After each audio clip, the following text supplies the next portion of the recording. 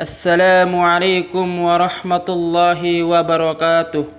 Sahabat yang lembut hatinya, hari ini kita akan membahas tentang Marwan bin Hakam versus Abdullah bin Zubair. Setelah kesahidan Husain bin Ali di pertempuran Karbala, Abdullah bin Zubair dibaiat sebagai khalifah oleh penduduk Hijaz. Yazid mencoba menghentikan perlawanan Abdullah bin Zubair dengan mengirimkan pasukannya ke Madinah. Termasuk di dalam pasukannya tersebut terdapat orang Suriah Kristen. Pasukan ini dipimpin oleh Muslim bin Aqbah. Pasukan Muslim bin Aqbah menyerang Madinah secara membabi buta dan meluluh lantakkan kota Nabi. Setelah itu, pasukan Muslim bin Aqbah bergerak ke Makkah.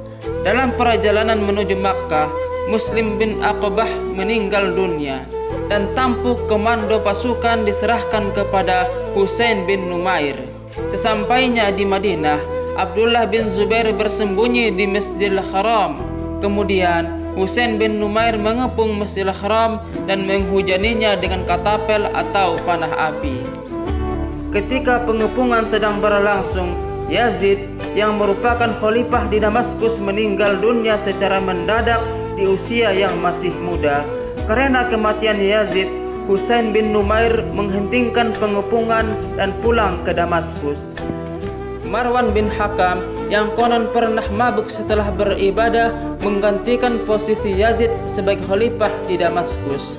Marwan mengirim jenderal bertangan besi yang bernama Al-Hajjaj untuk mengalahkan Abdullah bin Zubair. Al-Hajjaj berangkat ke Makkah dengan membawa 2.000 pasukan dan 6.000 pasukan yang datang setelahnya.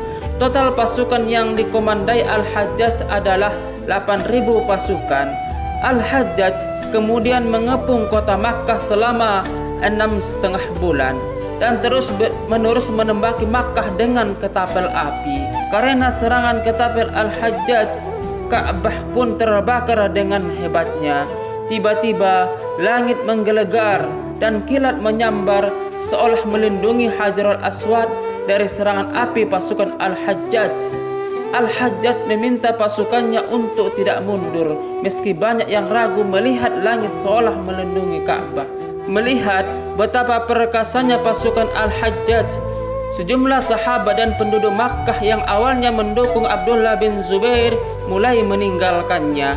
Sebanyak 10.000 pasukan yang 2 diantaranya adalah anak Abdullah bin Zubair membelot dan menyatakan dukungannya kepada Al-Hajjaj.